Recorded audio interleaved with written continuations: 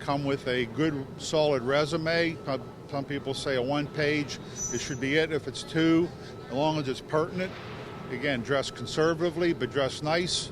Hairstyle, we don't need a fashion statement with your hair. And again, the jewelry, and just be prepared to present yourself in a good light. Female, male candidates, professional attire. I mean, guys, when your first impression, I mean, a suit and tie is always professional. Take the time to iron a shirt. I mean, basic stuff. I just want to see a clean cut. You don't have to go buy a $100 suit. Just look professional.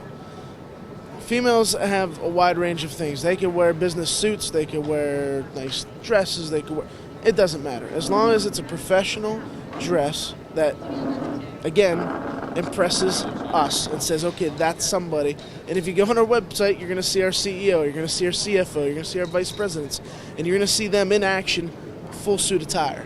Attire really doesn't make a tremendous difference to us. A person needs to be groomed, neat and clean. Their clothing needs to be neat and clean. They shouldn't have, as one supervisor used to call, a Megadeth T-shirt on.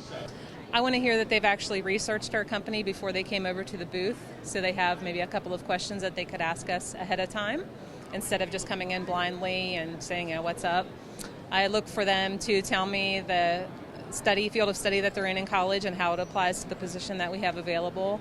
And also, again, as I mentioned, I'm looking for someone with an outgoing personality, good eye contact, asks good questions, has a firm handshake, things like that. First impression is all about the candidates. Show off your education, show off your experience, show off any volunteering you've done. Make sure to get your abilities across to the recruiter, because at a career fair, although you're going to learn about the company, which is nice, it's why we have all this information and stuff, because you're going to get stuff about the company, but your point is to wow us. Make us remember your face with that piece of paper. They don't have to know 100 things about my company or 100 things about the job, but they have to have a reason that they want to be in this particular industry. What excites them, and how does that work with me?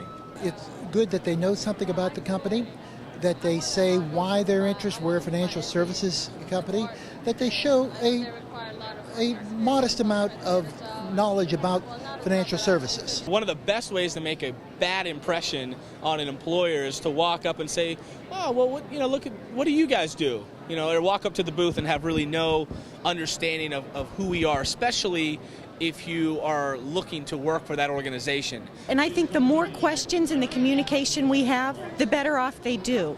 I think just telling us about themselves, the classes they've had, I think the more communication, the better off we are. A little research will go a long way when you're preparing for a job fair.